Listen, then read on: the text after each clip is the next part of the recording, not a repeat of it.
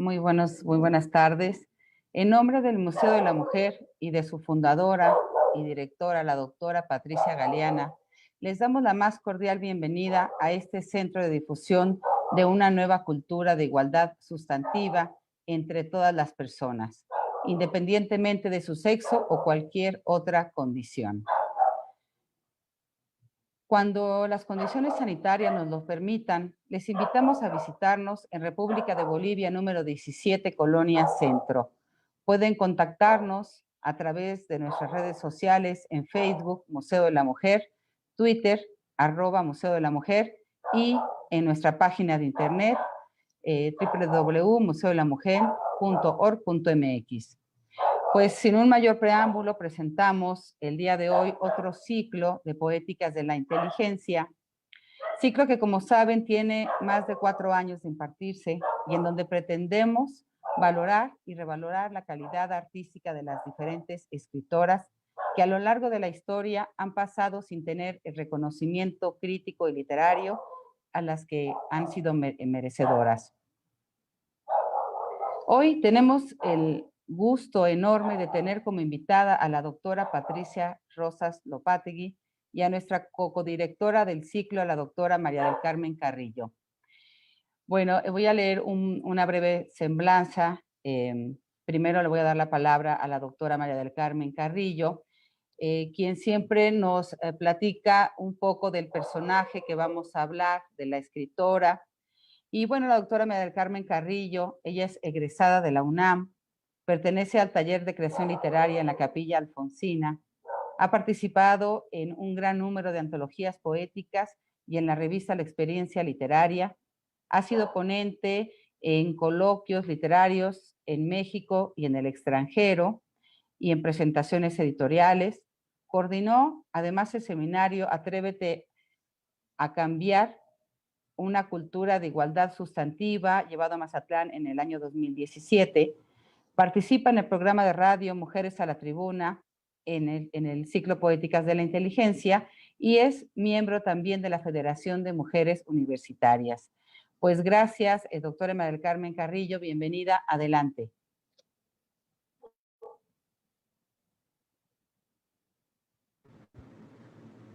Gracias, doctora Beatriz. Agradecemos también al Museo de la Mujer y a su directora, la doctora Patricia Galeana, por el apoyo que nos brinda en el ciclo de la poética de la inteligencia y así dar a conocer la obra de estas grandes escritoras. También es un placer compartir hoy con la doctora Patricia Rosas Lopategui. La veo, me veo y me transfiguro en multitud de colores y de tiempos. Elena Garro. Nace en Puebla el 11 de diciembre de 1916, a poco más de 100 años de su nacimiento y a 22 años de su muerte.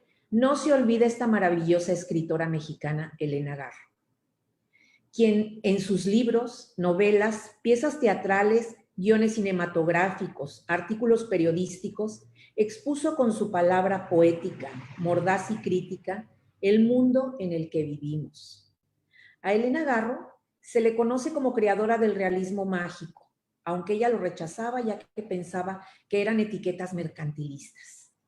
Para algunos críticos consideran que la obra de Juan Rulfo y los 3 primeros libros de Garro, Un hogar sólido, escrita para teatro en 1958, Los recuerdos del porvenir, novela escrita en 1963, y La semana de colores, cuento escrito en 1964, son iniciadores en este movimiento literario. Llegó a la Ciudad de México a estudiar la preparatoria en el antiguo Colegio de San Ildefonso. Más adelante entró a la carrera de Letras Españolas de la Universidad Nacional Autónoma de México. Incursionó en las disciplinas de danza, coreografía y teatro. Dejó inconclusa su carrera de letras, pues a la edad de 20 años se casa con el escritor Octavio Paz. Tiempo después retoma sus estudios haciendo posgrados en la Universidad de Berkeley en California y en la Sorbona de París. Fue hasta sus 35 años de edad, según sus memorias, que empieza a escribir su primera novela, Los recuerdos del porvenir. 8 años después, su obra se empezó a dar a conocer y fue editada en 1963 conteniendo ya esos mundos llenos de magia, color y manejo temporal que caracterizan su escritura. Según algunos escritores como Jorge Luis Borges, Adolfo Bioy y Juan Rulfo, la narrativa de Elena Garro se planteó en medio de dos universos. El primero, en un México colonizado que a mediados del siglo XX aspiraba a ser una nación industrializada y asumía valores impuestos por fuertes imperios políticos y económicos, las potencias europeas y Estados Unidos. El segundo, en un México indígena, rezagado culturalmente, discriminado por la sociedad y sin posibilidades de trascender su pobreza, pero lleno de una tradición milenaria, un modo de percibir la realidad y una escala de valores de interacción con la realidad que asumía muchas cosas que en el mundo colonizado eran imposibles o fantásticas como parte de su propia naturaleza. En 1964, Gustavo Díaz Ordaz, candidato del PRI, fue electo presidente en México, en una ebullición donde se estaban dando las condiciones que llevaron a los movimientos sociales de 1968. En esa época prácticamente la cultura estaba centralizada.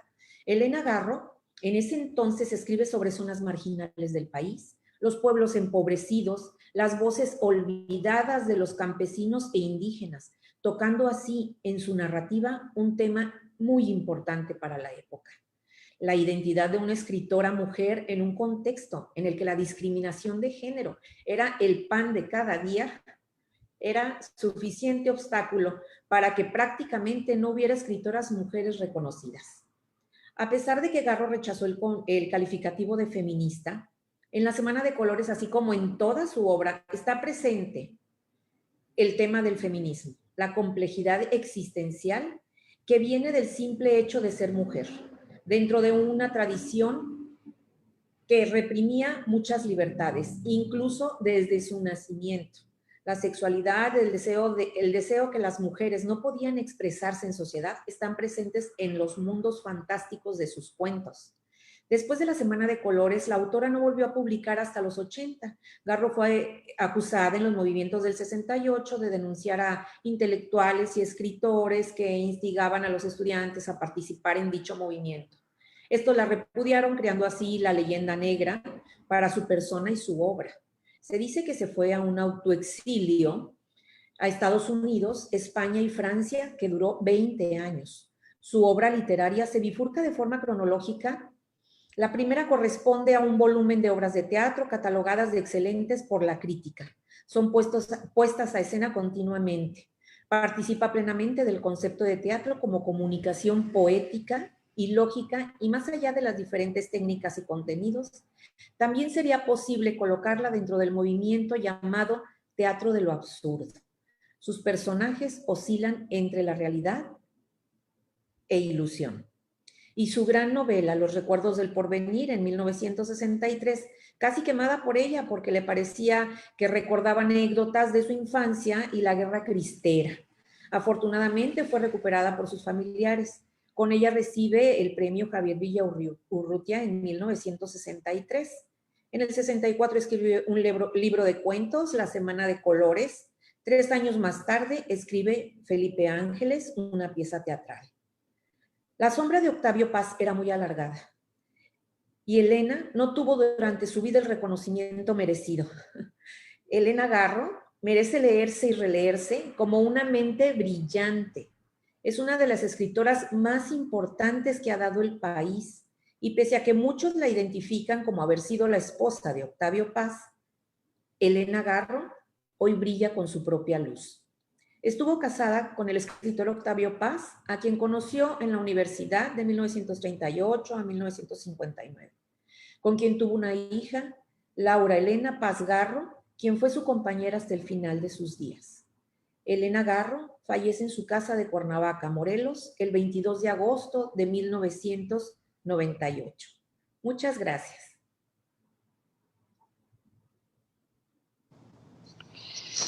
Muchas gracias a la doctora María del Carmen Carrillo por darnos este panorama tan amplio de la vida de Elena Garro. Y bueno, quiero ceder la palabra a la doctora Patricia Rosas Lopategui. Ella nace en Tuxpan, Veracruz. Actualmente es profesora de literatura mexicana y latinoamericana en la Universidad de Nuevo México.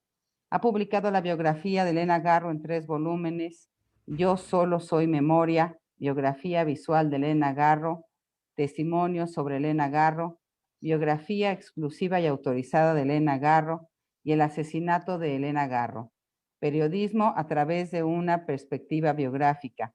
Escribe en varias revistas y periódicos de México y Estados Unidos con la finalidad de difundir la vida y obra de Elena Garro.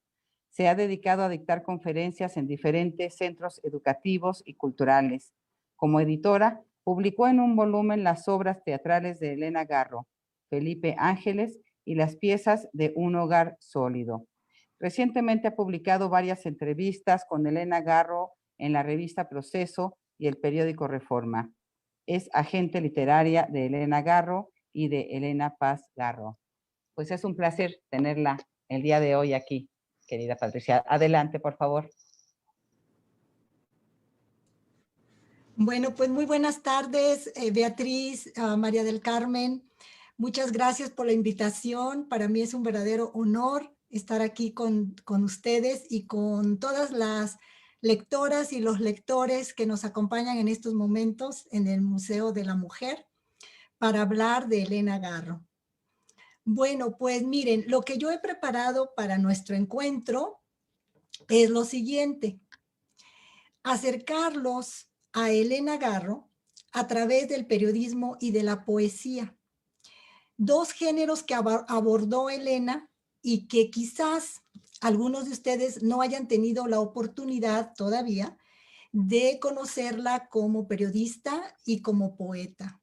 Ya María del Carmen nos dio una extensa semblanza sobre su vida personal y también sobre su obra, su producción en la narrativa y en la dramaturgia. Sabemos que Elena Garro es muy polifacética, entonces pensé que podríamos abordar a Elena también desde el periodismo y desde la poesía.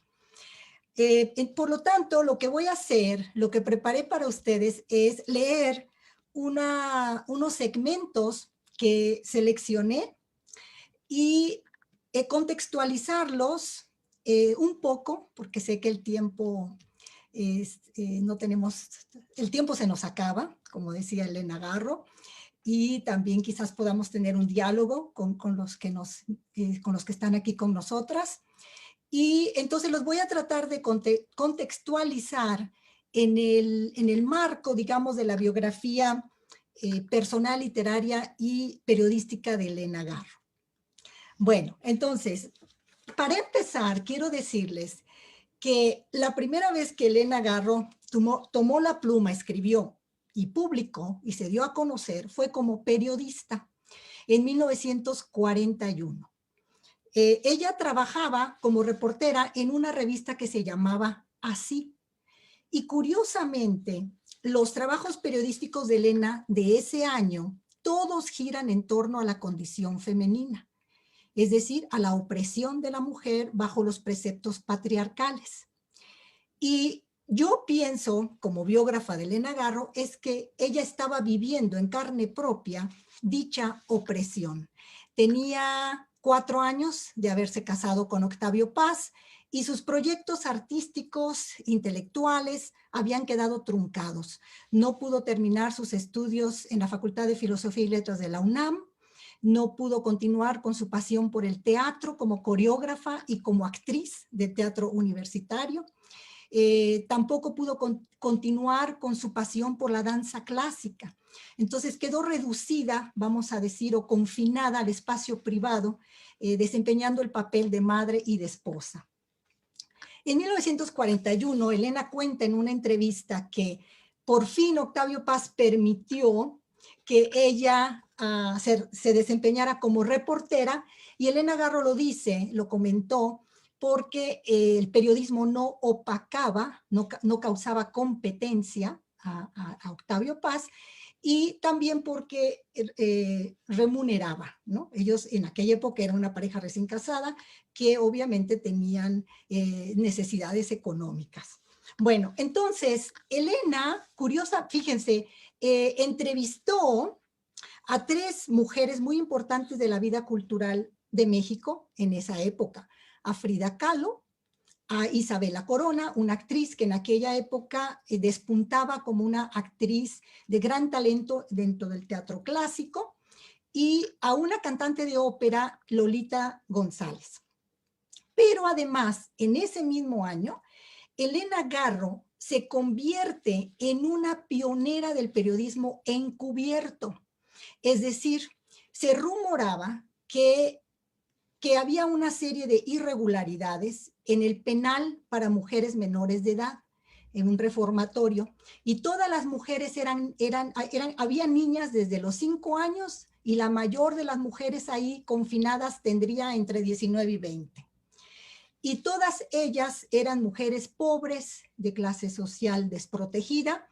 Entonces Elena acepta entrar al penal como una presa común, la acusan de robo, la atrapa la policía, ingresa al penal para ver desde adentro como periodista cómo funcionaba el reformatorio. Y efectivamente los castigos eran horrendos, había mucha corrupción, y tal fue el éxito de los reportajes de Elena Garro cuando ella estuvo ahí 10 días, y cuando salió escribió el reportaje que lo entregó en 5 partes, titulado Mujeres Perdidas, y tal fue el éxito, perdón, que cesaron a la directora del penal, ¿no? La despidieron. Y bueno, entonces esa es Elena Garro, aguerrida, valiente, de un gran coraje para ir mostrando todas las injusticias que se cometían en contra de las mujeres, ¿no? En ese caso, en contra de las mujeres pobres. Pero Elena Garro se da cuenta que esas injusticias y que esa desigualdad genérica o desigualdad de género se da a todos los niveles, en todas las clases sociales, ¿no? Y en este momento yo les quiero compartir un segmento de la entrevista que le hizo Elena Garro a Frida Kahlo. El periodismo de Elena Garro lo recopilé en este libro que se llama El asesinato de Elena Garro, que es un libro, como pueden ver, muy voluminoso, porque así era la palabra aguerrida de Elena. Y aquí pueden leer ustedes todos estos materiales. Este libro lo publicó la Universidad Autónoma de Nuevo León en el 2014. La primera edición es del 2005, pero no está completa. Esta es, digamos, ya un corpus más, pues sí, completo, ¿no? Bueno, entonces les voy a leer unos segmentos de esta entrevista.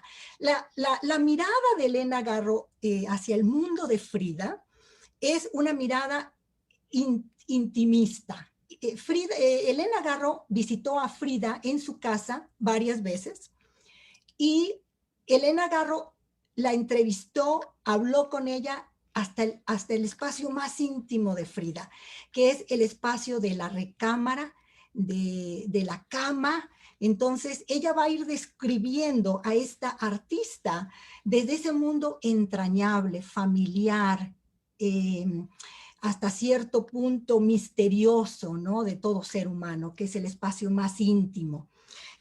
Pero bueno, entonces voy a leerles. Dice, el texto comienza diciendo: en gustos se rompen géneros, dice el refrán. Hay gentes que muy su gusto se comen gatos crudos cuando anuncian que van a dar una conferencia y que tocan un violín sin cuerdas en un concierto. O que les dan palizas a los críticos de artes cuando opinan en contra suya. Esos señores se llaman surrealistas y casi todos vivían en París. Su fama, como es natural, es tremenda, y para entrar en su casa tiene uno que pensarlo mucho. Y más adelante dice Elena: nosotros los mexicanos somos más surrealistas que ellos, pero de una manera natural. No hay más que leer la página roja de los diarios y darnos cuenta de ello. Señora que se traga la lengua de su marido. Tenía calentura y casó con Z, a un vecino. O, también para que veamos qué tan surrealistas somos los mexicanos, dice Elena Garro, solo basta ir a la Cámara de Diputados y oírlos hablar de su distribución del régimen, de la educación socialista o de la defensa de la democracia. En un país en el que hasta la geografía es surrealista, según Rafael Alberti, dice Elena, nada resulta surrealista. De allí que tuviéramos, sin darnos cuenta, a la más grande surrealista que haya habido, Frida Kahlo de Rivera, que, bueno, en aquella época se utilizaba el de del esposo, ¿no? La mujer, posesión del marido, no sé si se siga utilizando. Y luego Elena dice, y así como Colón y no Moctezuma descubrió América, André Breton y no Diego descubrió a Frida, ¿no? Bueno, y luego ya ella hace una semblanza del espacio íntimo de Frida, todos los objetos que rodean a Frida Kahlo en su recámara, su cama, los cojines bordados, los Judas calaveras, los santos, los diablos, los puerquitos de alcancía, los ídolos prehispánicos, todo lo que rodea ese espacio de Frida. Y luego Elena dice, a Frida no le interesa la pintura como oficio ni como arte. Pinta para expresarse, para comunicarse. Lo único que le gusta en el fondo es pintar, pintarse, mejor dicho. Toda su pintura es autobiográfica y más que autobiografía es confesión. Su infancia, su adolescencia, los conflictos por los que atraviesa, sus fracasos y sus éxitos, los pasa al lienzo con una ingenuidad maliciosa. Su pintura es más realista de lo que creen los críticos y después de todo no tiene fantasía, sino memoria, que es más importante. Bueno, y luego más adelante dice, ya cuando va a terminar el texto, menciona que a Frida Kahlo los surrealistas le parecen muy sangrones y que Dalí, Salvador Dalí, le cae muy gordo. Bueno, entonces aquí para que ustedes vean la pluma periodística de Elena Garro, sumamente poética, lírica, y que obviamente estamos viendo aquí las mismas líneas, por ejemplo, la memoria, que para Elena es fundamental en toda su obra, también la vemos en su trabajo como periodista, ¿no? Bueno, luego ya la doctora María del Carmen nos explicó que Elena Garro se casó con Octavio Paz, vivió muchos años fuera en Europa, casada con Paz, y cuando ellos regresaron hacia finales de los años 50, Elena Garro se dio a conocer como dramaturga en 1957 y causó un gran revuelo dentro de la cultura mexicana. ¿Por qué? Porque Elena Garro renovó el teatro. Elena Garro le dio, digamos, le cortó el cuello al teatro costumbrista, al teatro tradicional, al combinar, al fusionar, al introducir al lado de la realidad el mundo de la fantasía, el mundo de la ilusión, ¿no? Podríamos decir el realismo mágico dentro del teatro. Bueno, entonces, pero en esos mismos años, al mismo tiempo que Elena Garro se da a conocer como dramaturga, continúa con el periodismo, pero ahora ya más enfocada en el periodismo y en el activismo social, en la defensa de los campesinos. Y Elena va a empezar una guerra en contra de dos grupos. Por un lado, en contra del gobierno, la falta de democracia, el autoritarismo, el fracaso de la revolución, en lo que se convirtió el régimen postrevolucionario. Y por otro lado, va a tener un combate, una guerra en contra también de los intelectuales. Los intelectuales que ella consideraba que eran izquierdistas de café, que supuestamente hacían la crítica y defendían a los indígenas, pero muy cómodamente desde su escritorio y recibiendo prebendas del Estado para, obviamente, pues para desempeñar los mejores puestos, es decir, dirigir los semanarios culturales de los periódicos más importantes. Recuerden que en esa época la prensa escrita, radio y televisión, todo estaba centralizado, como dijo la doctora Mari Carmen, centralizado, controlado, no había libertad de expresión. Entonces Elena Garro va a estar constantemente criticando la falta de compromiso de la clase intelectual, ¿no? Y obviamente, al decir la clase intelectual de aquella época, quienes ocupaban esos puestos, digamos, en la vida cultural, no solamente dentro de las instancias gubernamentales en el área de la cultura, sino también en los periódicos, en las editoriales, pues claro, recibían becas para viajar al extranjero, para difundir sus obras, y claro, y todo esto dominado obviamente por los varones, ¿no? Las mujeres, que así había, y muchas escritoras excelentes de la época de la generación, bueno, la generación posterior, un poco posterior a Elena Garro, pues ya sabemos, Rosario Castellanos, Amparo Dávila, Guadalupe Dueñas, y en fin, y antes Nelly Campobello, en fin, pero todas ellas, digamos, marginadas, ¿no? Y aquí, en este párrafo que les quiero leer, vamos a ver esa mirada punzante de Elena Garro y por qué, efectivamente, en el marco del 68 se va a crear la leyenda negra, ¿no? Bueno, ustedes me van indicando si el tiempo, si estoy muy alargada y si tengo que cortarle, ¿eh? Por favorcito, Beatriz. Bueno, ok. ¿Tengo 5 minutos? ¿O hay algo? Sí, yo creo que unos 5 minutitos, o no sé cómo vamos de tiempo aquí. Creo que sí está, vamos bien, vamos bien. Vamos bien, voy a tratar de acelerarme. Bueno, entonces, Elena Garro en este artículo periodístico de 1965 dice: para los escritores y periodistas de izquierda, nada es importante, es decir, a ellos no les importa que los campesinos de Palmarreal, municipio de Castillo de Tello, Veracruz, hayan sido despojados de sus tierras por medio de maniobras legales del Departamento Agrario para beneficiar al latifundista Manuel F. Díaz, que posee una pequeña propiedad de 5,000 hectáreas disfrazadas cuidadosamente por los consejeros agrarios en sociedad ganadera, a todas luces ilegal. No, nada de esto les interesa a los intelectuales. Las columnas de los periódicos y de las páginas de las revistas de izquierda, como la revista Siempre, vienen colmadas de noticias de interés nacional y que dicen que los intelectuales se pelearon, se insultaron, se arrojaron whisky a la cara, insultaron al gobierno y se llamaron nazis en el nombre de la inteligencia, porque no ganaron todos el premio de 20,000 pesos que era para uno solo.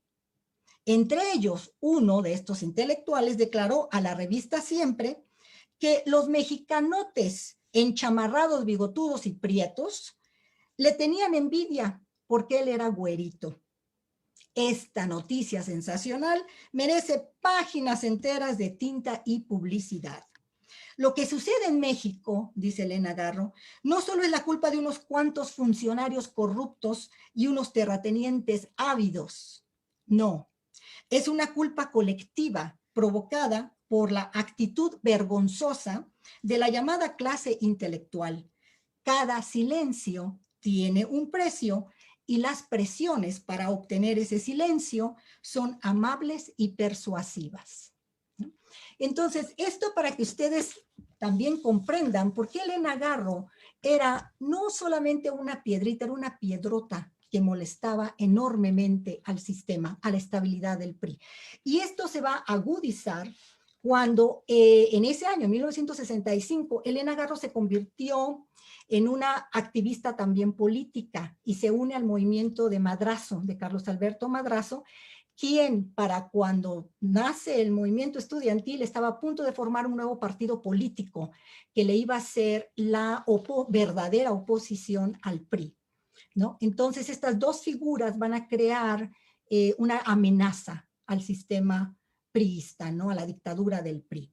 Bueno, ahora quiero leerles un segmento de una entrevista que le hicieron a Elena Garro. Elena Garro en los años 60 era una autora que estaba en el candelero, como decimos. Acaba de publicar Los recuerdos del porvenir, ya era reconocida como una dramaturga innovadora, y obviamente ella se movía en esas capillas, se movía en la capilla de los intelectuales que ella tanto criticaba, pero ella obviamente con otra línea de trabajo.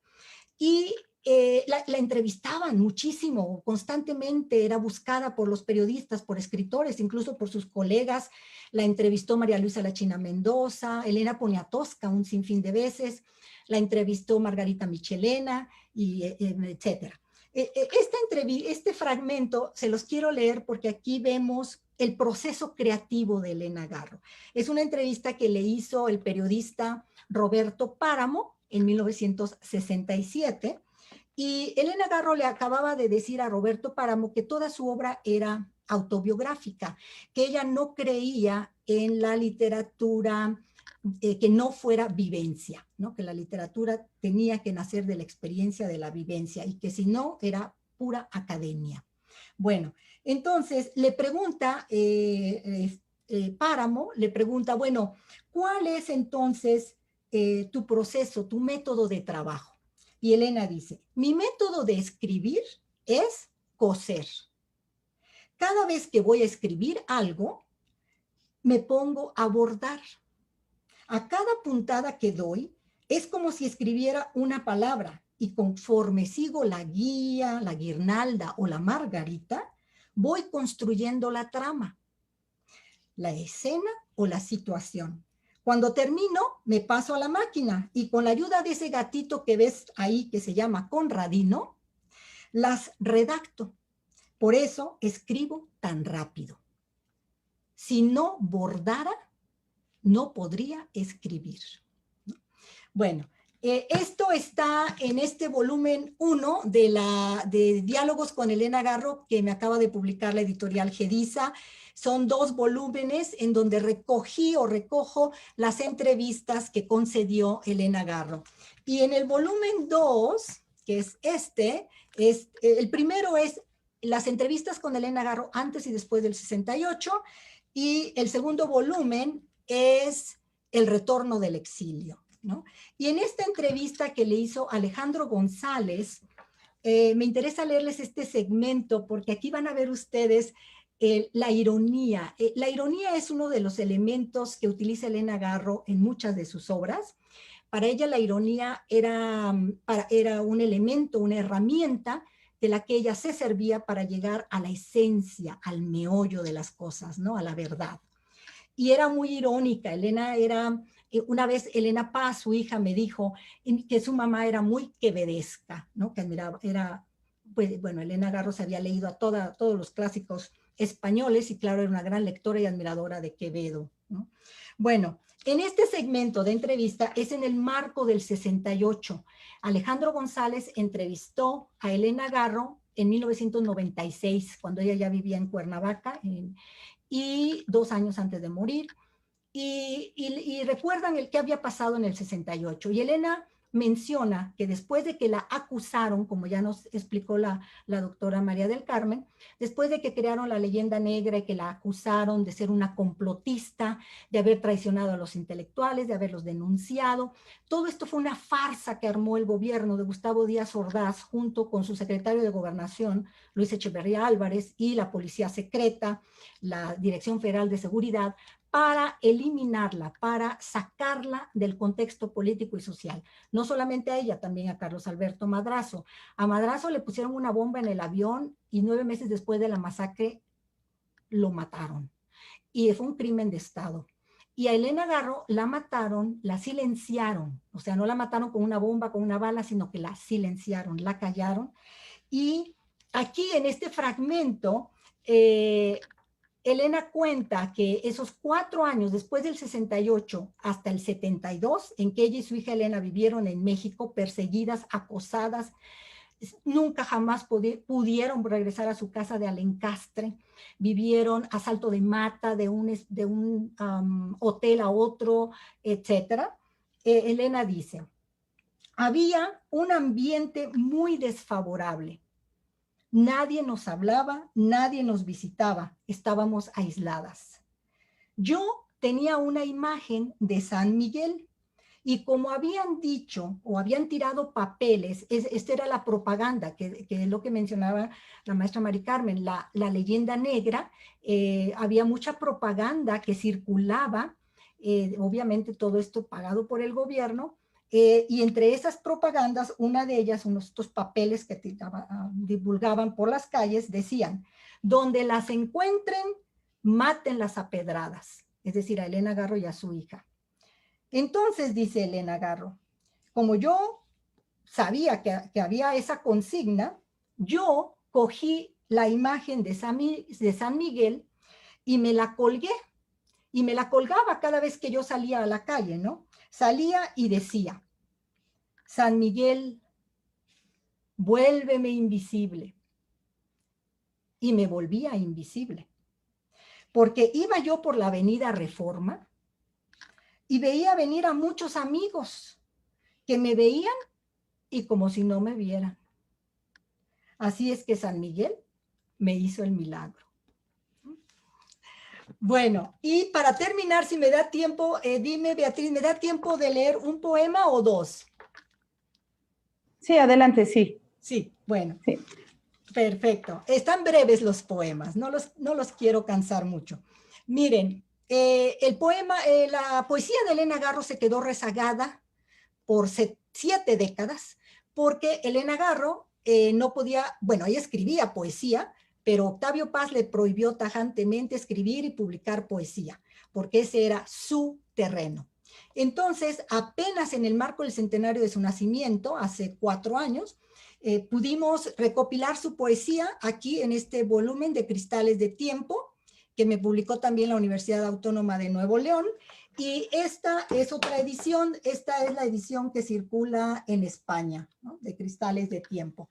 Bueno, les voy a leer el poema que Elena Garro le dedicó a Octavio Paz en 1955. Se titula Oh. Todo el año es invierno junto a ti, rey Midas de la nieve. Huyó la golondrina escondida en el pelo. La lengua no produjo más ríos atravesando catedrales, ni eucaliptos en las torres. Huyó por la rendija la ola azul, en cuyo centro se mecía la paloma. El cielo blanco bajó para ahogar a los árboles. El lecho es el glaciar. Perdón. El hecho es el glaciar que devora los sueños. Surgió el puñal de hielo para cercenar minuciosamente la pequeña belleza que defiendo. El sol se aleja cada día más de mi órbita. Solo hay invierno junto a ti, amigo.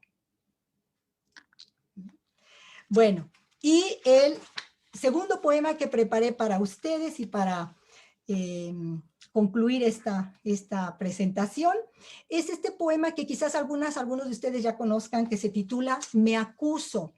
Es un poema muy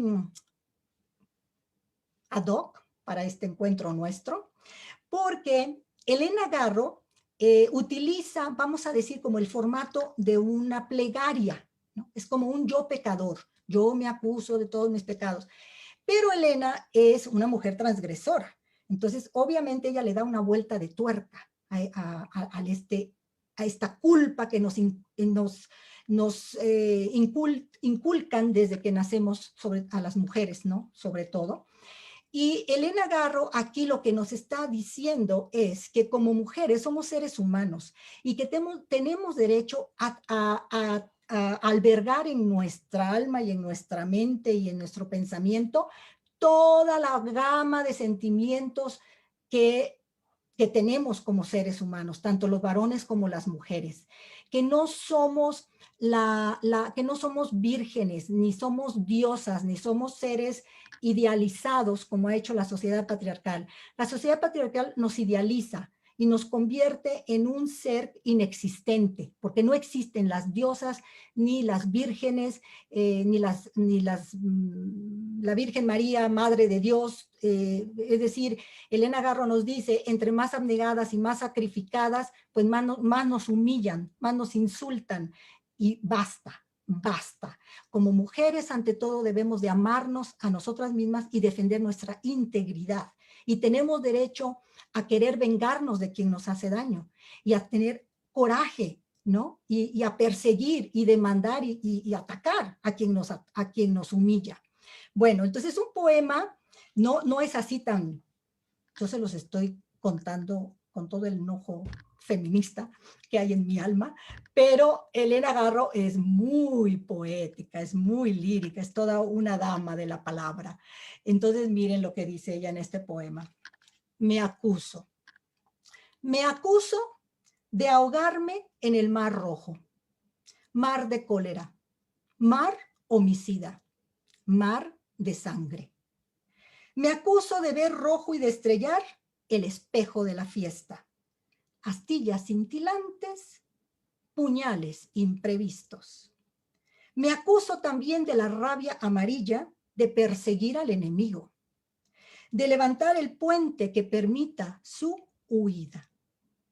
Me acuso de darme demasiada importancia y de amarme sobre todas las cosas. Ese es Elena Garro. Muy bien. Muchas gracias, doctora Patricia. Gracias Rosas a todas. Lopategui. Sí, a todos. Gracias a todos. Bravo. Ya están poniendo aquí bravo. Bueno, yo siempre al final hago, pues escribo un breve ensayo haciendo lo que queremos que es un poco el análisis de la obra de esas grandes escritoras. Y bueno, vayan mandando un poquito sus preguntas para al final ya ir sobre ellas. Bueno, yo escribí un breve ensayo y dice: nadie cae. Este presente es mi pasado y mi futuro es yo misma. Soy siempre el mismo instante. Elena Garro. Elena Garro llegó a la palabra escrita posterior a un continuo pensamiento literario interno. No en vano, su primera aproximación a la literatura fue en la infancia, cuando jugaba a hacer teatro desarrollando diferentes personajes. Los grandes escritores de la literatura universal estuvieron muy cerca de ella cuando Elena inventaba lenguajes que solo su hermana Devaki comprendía. Aunque en distintos pasos de su trayectoria también se desarrolló en el periodismo, la autobiografía y el ensayo histórico, Elena Garro es ante todo una imaginadora de historias. Ya sea en sus piezas teatrales o en su narrativa, su escritura se abre siempre a las vías de libertad y crítica intrínsecas en la ficción moderna. Su escritura fue más allá de los géneros dramáticos y reflejó la necesidad de revertir los discursos establecidos en la literatura dramática. Tanto su dramaturgia como su narrativa se han catalogado bajo los cánones del surrealismo, existencialismo y realismo mágico. Puede pensarse que en el tiempo que vivió en Europa se influenció de la corriente brechtiana de los mayores exponentes de dichas corrientes. Genet, Becker y Camus la contagiaron de esa percepción artística, pero la mayor de sus virtudes no es la influencia que recibió de estos escritores, sino la capacidad de transfigurarla, de crearla y recrearla, y de convertirla en temas universales dentro de un contexto histórico mexicano de esta tierra nacionalista. Elena Garro siempre optó una actitud crítica con la historia y con la sociedad mexicana, lo cual puede observarse en gran parte de su narrativa y en sus textos de dramaturgia y en sus textos periodísticos, y que le concede el nombre como la leona o la partícula revoltosa. Ella misma se autodefine así en una carta enviada desde Europa a Emmanuel Carballo, donde le dice, cito: Mis padres me permitieron desarrollar mi verdadera naturaleza, la de partícula revoltosa. Estas partículas revoltosas producen desorden sin proponérselo y actúan siempre inesperadamente a pesar suyo. Yo no pensaba ser escritora. La idea de sentarme a escribir en vez de leer me parecía absurda. Abrir un libro era empezar una aventura inesperada. Yo quería ser bailarina o general. Mi padre creía que podría escribir por mi afición a la lectura. En ese caso, todos en casa deberíamos ser escritores. Elena Garro, en 1953, decide revisar el pasado nacional y a través del filtro de sus recuerdos crea los recuerdos del porvenir. En la posición de intelectual y defensora de los derechos humanos, Garro demostró ser muy consciente de la necesidad de modernizar un México y preservar la Constitución bajo el respeto de la población y con una crítica social muy profunda.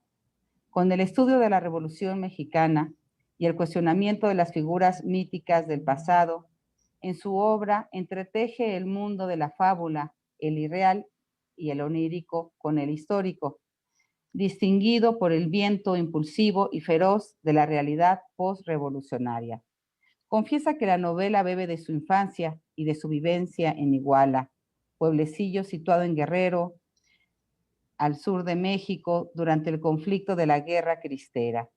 En los recuerdos del porvenir realiza una mirada panorámica a la situación de violencia que recorría la geografía latinoamericana durante el contexto postrevolucionario de la Guerra Cristera. La desdicha, el amor, la pasión, el sufrimiento, la persecución, los mitos y la existencia son conceptos que se revelan a lo largo de la historia y se manifiestan como un caleidoscopio del comportamiento humano. Yo solo soy memoria, y la memoria que de mí se tenga, dice Garro. Los recuerdos son mi manera de vivir. Quizás esto es lo que más se lee, se estudia y se conoce sobre Elena Garro, pero hay una parte de ella dentro de la literatura en donde no hay casi estudios. Esto es la poesía. Por ejemplo, podríamos mencionar el libro Cristales de Tiempo, que es un libro maravilloso, donde Garro es también un astro por las luces e inteligencia de su mirada y su visión totalizadora. Su poesía se lanza a girar en torno al lector, ampliando y ampliando sus órbitas. Ella, como Galileo, se convierte en una mensajera sideral cósmica, donde el tiempo es también una inconstante en su memoria, o como podemos también observarlo en el poema El extranjero, que dice: allá donde encontramos lo perdido, allá donde se va lo que se tuvo, allá donde los muertos están muertos y hay días en que renacen y repiten los actos anteriores a su muerte, allá donde lloradas lágrimas se vuelven a llorar sin llanto y en donde labios intangibles se buscan y se encuentran ya sin cuerpo, allá donde pronto somos niños y tenemos casa y en donde las ciudades son fotografías y sus monumentos residen en el aire y hay pedazos de jardines atados a unos ojos, allá donde los árboles están en el vacío, donde hay amores y parientes mezclados con objetos familiares, allá donde las fiestas suceden a los duelos, los nacimientos a las muertes, los días de lluvia, los días de sol, allá, solitario, sin tiempo, sin infancia, cometa, sin orígenes, extranjero al paisaje, paseándote entre extraños, allá resides tú, donde reside la memoria. Son poemas, sus poemas son frutos que se asientan en un sustrato nítido, limpios de todo adorno o máscara, que se mueven entre lo más próximo y lo inalcanzable. Van del árbol al ángel, del número, el cristal al vuelo, de la iridiscencia de una gota de agua o la salamandra simbólica a la lengua propia, a la traslación, a la memoria. Es decir, insisten en la importancia de la palabra. En otro poema dice: que cada una de mis lágrimas ahogue en la sal cada uno de tus días y cada uno se te convierta en roca y cuando sueñes solo seas tú solo perdido en las salinas. Reducción, en efecto, del infinito, de las infinitas posibilidades que la palabra otorga. Por su modo de tratarla y de exhalar al verso, se inscribe Elena Garro, según podríamos situarla íntimamente bajo la tradición de Mallarmé. Aquí está la tierra, lo próximo, lo que fue objeto de elucubración en la antigüedad, ante la pregunta por el origen del universo, ante los elementos, los astros y todos los pobladores de la naturaleza. No en vano, los presocráticos llamaron a sus escritos perifíceos en torno a la naturaleza. Suponía la pregunta ante todo lo que asaltaba en primer lugar a la visión. Y como Leonardo, Garro nos habla del ojo medidor, como en el poema El llano de Huizaches, que dice, tampoco hay que mirar por el agujero de la aorta, señores, un mecate para ligarlo bien, para que nunca más se llegue al centro de ese corazón que yace luna roja caída en el llano de Huizaches. Elena Garro declaró en varias entrevistas no ser feminista, pero en sus personajes, en la libertad y autonomía de sus palabras, podemos observar claramente a una mujer libre pensadora y libre accionante, dentro de una sociedad a quien, a pesar de ser rechazada y desvalorizada, se mantuvo siempre fiel a sus convicciones, a sus amores, a sus letras y a su vida. Y escribe, oigo mi nombre, me busco, solo esta oreja queda, esta que oye mi nombre en un llano de Huizaches, mi nombre gritado así a los cuatro vientos. Así hay que gritar a los cuatro vientos ahora el nombre de Elena Garro para volver a darle esta realidad que ella merece y que no viva bajo la sombra de ni quiero nombrarlo, ya que sea un hombre innombrable, Paz. Ay, yo lo adoro a Paz, pero qué condenado se vio. Sí, ya me pongo como Patricia Rosa, por eso hicimos tan buena amistad. Se me sale lo feminista. Pero es que sí da mucho coraje y mejor, ese es el mejor lugar también para decirlo en este Museo de la Mujer. Que sí da mucho coraje porque pasan estas tremendas escritoras y pasan a la sombra de, siendo la esposa de, la hija de, la amante de, ¿no? Siempre. Entonces, bueno, pues este libro, Cristales de Tiempo, los invito a leer, que ya lo mencionó la doctora Rosas, y bueno, yo también que me muero por tenerlo. Pues vamos a ver con las preguntas que nos están mandando. Patricia, si quieres, voy a irlas viendo aquí. El innombrable, ya pusieron ahí a Paz. Dice, magníficas piezas poéticas, la virtud de la emoción en una sola palabra. Qué hermoso. Bueno, esto lo van a grabar en YouTube. Bueno, va a estar grabado ahí en el Facebook del museo. Sí, habría que grabarlo en YouTube, a ver si vamos haciendo estos videos también de poéticas de la inteligencia en YouTube, es muy buena idea. Bueno, bravo, felicidades a la maestra Patricia Rosas Lopategui. ¿Dónde podemos conseguir el libro? Preguntan, si quieres irlas poniendo. ¿El libro de Cristales de Tiempo? Pues yo creo que preguntaban del primero, pero pues yo creo que todos. El primero. El primero. Oh, el primero, el del asesinato de Elena Garro. Sí, el asesinato de Elena Garro. Miren, el asesinato de Elena Garro, hay ejemplares. Yo les voy a pedir que me manden un mensaje por el Messenger y hay 2 o 3 distribuidores en la Ciudad de México que tienen esos libros.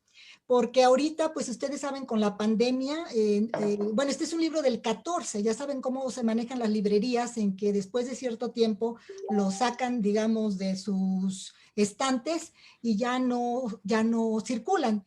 Pero hay todavía algunos ejemplares y les puedo dar el contacto de 2 o 3 distribuidores que tienen el asesinato de Elena Garro. Y también Cristales de Tiempo, que son los libros, digamos, pues que ya tienen 6, 4 años, pero sí hay ejemplares, sí hay, o sea, se pueden obtener. Y claro, el de entrevistas con Elena Garro, el de diálogos con Elena Garro, ese sí, pues ese acaba de salir, está en todas las librerías en línea o no sé, las que estén abiertas, ya. Ok, preguntan qué hizo Paz, qué hizo Paz cuando Elena Garro y su hija fueron perseguidas durante el sexenio de Díaz Ordaz. Nada, no hizo nada. Nada.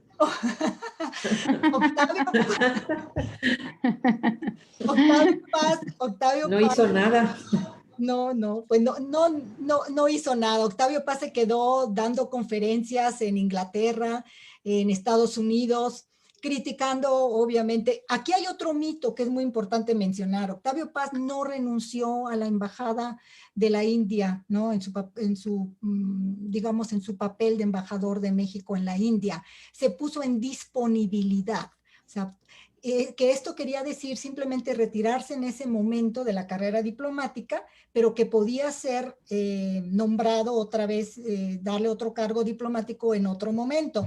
Octavio Paz nunca volvió a la diplomacia, pero siguió cobrando el sueldo. Octavio Paz siguió cobrando el sueldo como embajador, entonces es una verdadera farsa este compromiso de Octavio Paz con la masacre de Tlatelolco. Todos estos intelectuales, como Octavio Paz, como Carlos Fuentes, se quedaron en Europa viajando muy cómodamente, mientras acá, por ejemplo, Elena Garro y su hija eran perseguidas, asediadas, y no solamente ellas, todos los estudiantes y todo el grupo es decir, todo lo que fue la guerra sucia, ¿no? La persecución constante, siguió la cacería de brujas. Y ustedes lo saben muy bien, durante el gobierno de Echeverría lo mismo, ¿no? Entonces, bueno, Octavio Paz, nada, con el pretexto, digamos, o la excusa, como todos estos intelectuales, ellos se aliaron con el gobierno, se aliaron en esta leyenda negra con el gobierno, muy cómodamente, ¿no? Y su excusa fue, Elena Garro nos denunció, Elena Garro nos traicionó. ¿Cuál, por favor? ¿Cuál los traicionó? En primer lugar, el movimiento estudiantil era un movimiento abierto a la opinión pública. La Dirección Federal de Seguridad, que era, digamos, la sucursal de la CIA en México, sabía perfectamente quiénes estaban involucrados en qué, en todo, ¿no? Entonces, para ellos fue solamente el pretexto, claro, para lavarse las manos y obviamente atacar a Elena Garro, ¿no? Lo mismo hizo Octavio Paz. Muy bien, doctora. Bueno, alguien puso que también en Mercado Libre pueden conseguir algunos de los libros también. Supongo que ya alguien los está ahí, se pueden conseguir. Y se puede poner después al finalizar en el chat los contactos, o le pueden escribir en su Messenger. La doctora está así, Patricia Rosas Lopategui. La verdad, yo así la contacté Sí. y muy linda, siempre está al pendiente. Yo quiero hacer una pregunta. Porque yo sé que el libro Los Recuerdos del Porvenir, o sea, también tiene una historia como libro, ¿no? Viajó, estuvo en un hotel, se quedó en un hotel muchos años, en un baúl, después ese baúl lo mandaron creo que en Nueva York, luego a Francia, y después Elena Garro lo quiso quemar, Sí. y su hija, bueno, ya estoy contando la historia, pero ¿por qué no nos la cuenta?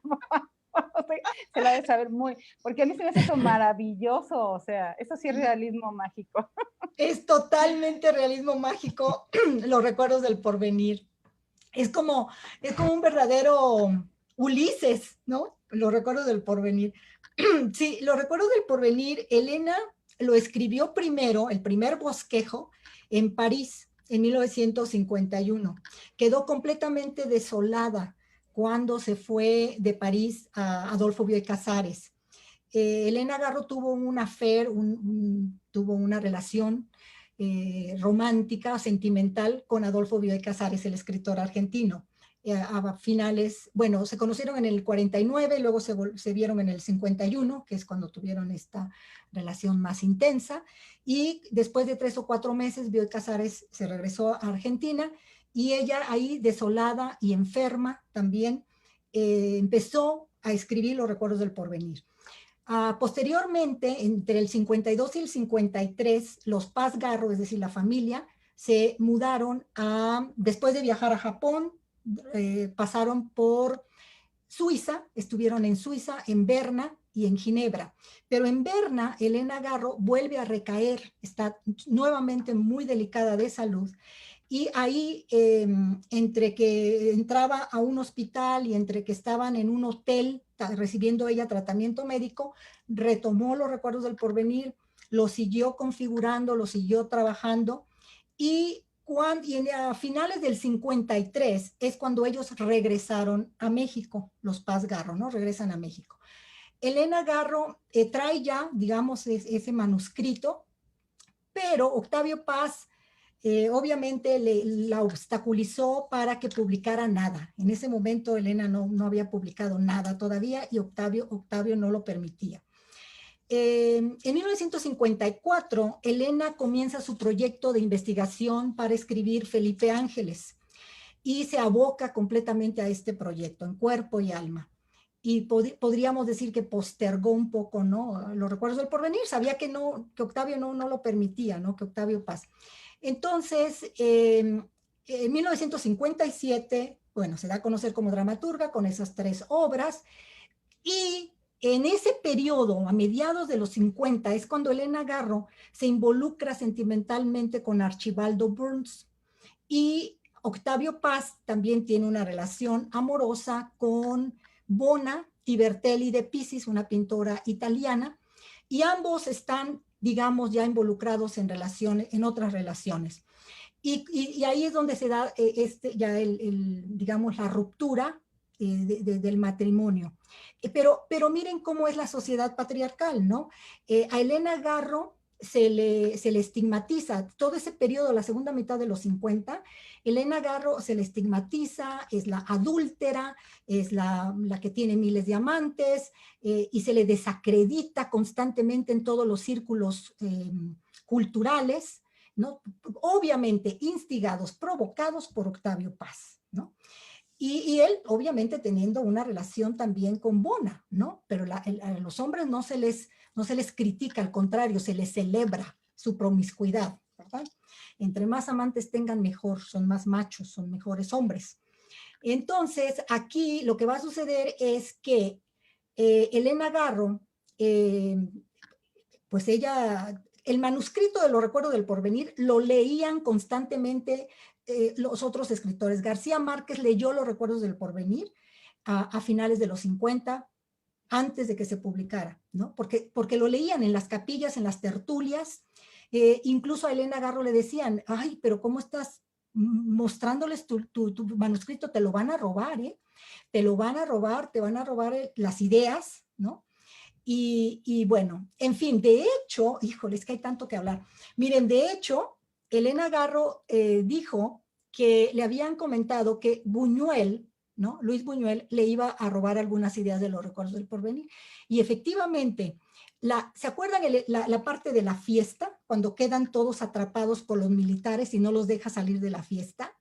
Bueno, esa idea, si se ponen a pensar, es muy similar a la película de Luis Buñuel, El ángel exterminador. ¿No es la del ángel exterminador donde están todos los burgueses en la fiesta atrapados en la casa y no pueden salir? Bueno, es muy similar, ¿no? Y pues son más o menos en esa época. Pero bueno, entonces Elena, Octavio Paz está indignado por el escándalo que ha armado Elena Garro al tener esta relación con Archibaldo Burns, y hay un pleito muy fuerte entre ellos. Esto me lo narró un sobrino de Elena Garro, que es Francisco Guerrero Garro, porque él estaba ahí con ellos. Hubo un pleito muy fuerte y por esta situación, y Elena Garro es cuando lanzó el manuscrito de Los recuerdos del porvenir a la chimenea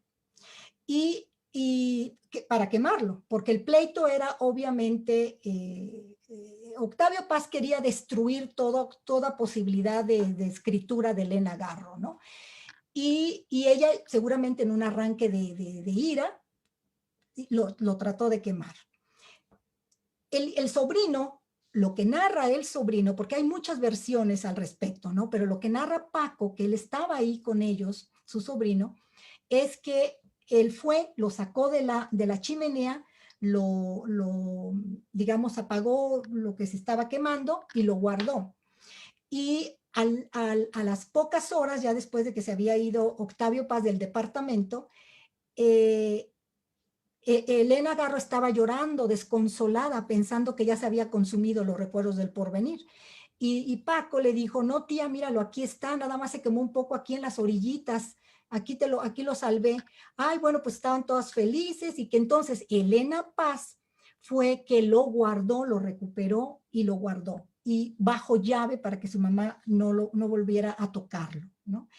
Y bueno, de ahí todavía lo recuerdo del porvenir, viajó mucho porque Elena Garro en 1959, a Adolfo López Mateos prácticamente la expulsa de México porque andaba defendiendo a los campesinos de Aguatepec, Morelos. En febrero del 59 Elena Garro tiene que salir de México y ahí se llevan los recuerdos del porvenir, ¿no? Van a Nueva York, va con su hija a Nueva York y deja un baúl en Nueva York, en el hotel donde la conocían muy bien, porque Elena Garro pues había viajado desde los 40, ella había estado en Nueva York, ¿no? Deja ahí el baúl con los recuerdos del porvenir y se va a Europa con Archibaldo Burns y con su hija. Y al año, 2 años, su hermana Estrella pasa por Nueva York y le pregunta al gerente del hotel, ¿no dejó nada aquí mi hermana Elena? Porque los conocían, ¿no? Estamos en el México, digamos, en los principios, ¿no? De los 60, que era otro mundo, yo creo que Nueva York, México y todo, ¿no? Entonces la gente se conocían más y tal. No dejó aquí nada mi hermana Elena en ese hotel donde siempre se hospedaban. Sí, aquí dejó un baúl. Entonces la hermana Estrella se lleva el baúl y se lo da a Elena Garro en París, en Francia, ¿no? Y ya ahí Elena ahí rescata los recuerdos del porvenir, lo retrabaja, de hecho lo retrabaja nuevamente ahí estando con Archibaldo Burns en Suiza, y bueno, y la historia sigue, los recuerdos del porvenir ahí todavía sigue, ¿no? Porque efectivamente, miren, ya para 1962, cuando Octavio Paz es nombrado embajador de México en la India, ya el matrimonio está completamente separado y cuando se publica los recuerdos del porvenir, sí es cierto que fue gracias a Octavio Paz. Octavio Paz fue el que prácticamente le ordenó a Joaquín Mortiz que se publicaran los recuerdos del porvenir. Y aquí, claro, aquí hay otra anécdota que ya es una cuestión de orden nuevamente sentimental y de historia personal, pero no sé si tengamos tiempo para seguir abundando. Seguro hay otras preguntas. Ya, estaba viendo las preguntas que nos están haciendo ahí en el Face. No, pues es que hay muchísimas preguntas. Pues sí, toda esta relación de Paz y Garro, ¿no? Sí. Pero bueno, pues la verdad es que Elena Garro no sé, es una mujer que se puede abordar por muchísimos lados, ¿no? Desde también la crítica, la vida que tuvo, la condición como mujer, ¿no? Lo que vivió con, pues con Octavio Paz, ¿no? Pero bueno, pues sí, bueno, que de la poesía, que si nos puede ahondar más sobre la poesía, el libro de Cristales de Tiempo, ¿dónde se puede conseguir? También están preguntando. Sí, Cristales de Tiempo, hay un distribuidor. Yo les pido, por favor, si me mándenme un mensajito por el Messenger en el Facebook. Yo estoy siempre muy pendiente, como dijo Beatriz, y les puedo dar el teléfono del distribuidor que tiene los Cristales de Tiempo en la Ciudad de México. Y obviamente este distribuidor se los puede enviar a cualquier parte de la República, es decir, no es exclusivamente para la Ciudad de México. Son distribuidores, hay 2 o 3 que tienen ejemplares de Cristales de Tiempo y del asesinato de Elena Garro. Mándenme un mensajito por el Messenger del Face o a mi correo electrónico, como prefieran. Si quiere repetir su correo electrónico. ¿Mi correo electrónico? Sí, por favor. Muy fácil. Patricia Lopategui, como mi apellido, pero sin el acento, lopategui.com.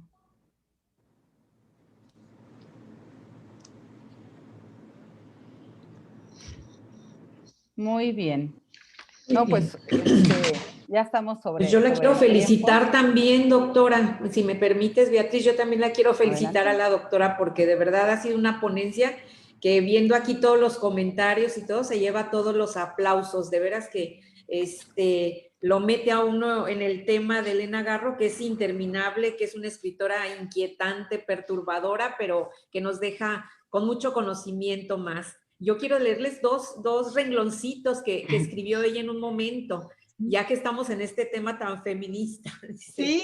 yo vivo contra él, estudié contra él, tuve amantes contra él, escribí contra él, defendí indios contra él, escribí crítica contra él, todo lo que soy es contra él. En la vida no tienes más que un enemigo y con eso basta. Mi enemigo se llama Octavio Paz.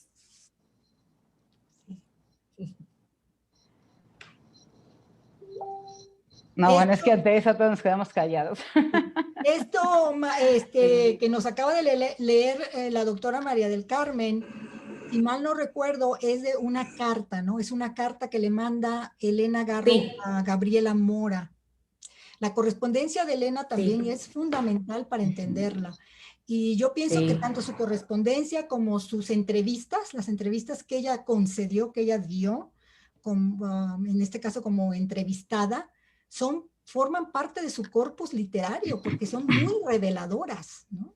Complementan su obra, su producción dramatúrgica o cuentística o memorialista, ¿no? Porque pues, sus memorias de España son también sumamente relevantes, o su novelística.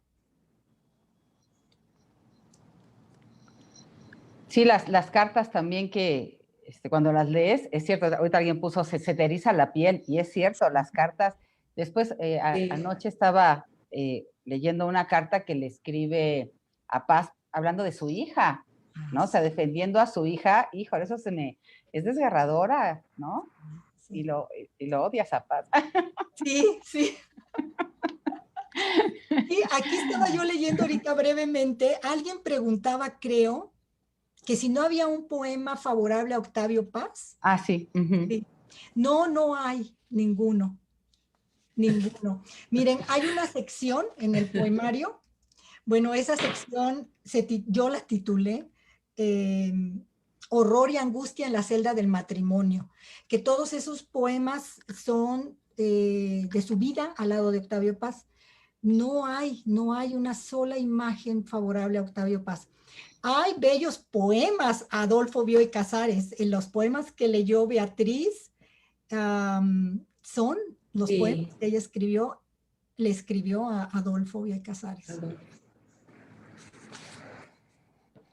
Sí, ahí en esos poemas también por eso me gustaron, porque sí se siente una Elena diferente, ¿no? Sí, o sea, hasta en la parte lírica, no, a mí me encanta esa parte de ella, como una mujer tan... bueno, pues, pues sí, ya estamos sobre el tiempo, se nos acaba. Fue un placer, en verdad, tenerte aquí en el ciclo Poéticas de la Inteligencia. Ya estábamos esperando este ciclo desde hacía 2 meses. Yo también con mucho gusto y con mucho deseo. Y miren, antes de cerrar, si me permiten, me estoy acordando, es necesario quizás aquí hacer unas correcciones, porque miren, cuando Elena Garro no terminó la carrera en la Facultad de Filosofía y Letras. Cuando ellos se fueron a vivir a San Francisco en 1943, Octavio Paz le prohibió, no la dejaba pisar la universidad. Entonces Elena no pudo estudiar en Berkeley ni tampoco en París. Elena estaba siempre únicamente confinada a la esfera privada, ¿no? Entonces creo que ahí debe de haber alguna información, alguna fuente que se está manejando en las redes o en el internet o tal vez en la vida de Elena, que habría que precisar, ¿no? porque lamentablemente, bueno, Elena Garro no necesitaba de ir a la universidad, ¿verdad? Era autodidacta y Sí. aprendió y tenía ese talento y esa brillantez innata. Pues claro Qué que sí. formidable, ¿verdad? Que tuviera esa brillantez ella por sí sola. Sí, se maneja en varias artículos que seguía estudiando en Berkeley, pero bueno, pues habrá ido tal vez a alguna universidad, pero de visita y a promocionar toda su escritura seguramente y a platicar de su obra, ¿no? Que estaba haciendo. Y pero qué increíble. Todo lo de Elena Garro, de verdad que es fuera de serie. Sí, totalmente, fuera de serie. Muy bien dicho, María del Carmen, muy bien dicho. Son estas mujeres adelantadas a su época, ¿no? Que siempre hablamos. Bueno, pues, doctora Patricia Rosas Lopategui, en nombre del Museo de la Mujer y de la doctora Patricia Galeana, vamos a darle reconocimiento por su participación en el ciclo de conferencias la poética de la inteligencia, con el tema Elena Garro, el día de hoy, 4 de septiembre del 2020, que ya le haremos llegar a su correo. Muchas gracias por haber participado, haber estado con nosotros, y muchas gracias al Museo de la Mujer, a nuestra directora, la doctora Patricia Galeana, otra mujer increíble, y bueno, a todos los que participaron con nosotros, que nos acompañaron, pues si nos quieren hacer comentarios, preguntas en Face, y con gusto por ahí también podemos seguir contestándolas y tener este diálogo. El mes que viene vamos a presentar en Poéticas de la Inteligencia a una escritora colombiana, Esther Sheldon, que también es una mujer que va adelantando en las letras. Pues muchas gracias y hasta luego. Muchas gracias, Beatriz, doctora María del Carmen. Bueno, rompemos el protocolo. Hasta luego. Hasta luego, María del Carmen. Muchas gracias. Un gran placer estar con ustedes y gracias a todos, a todas las que nos acompañaron. Muchas gracias. Gracias a todos.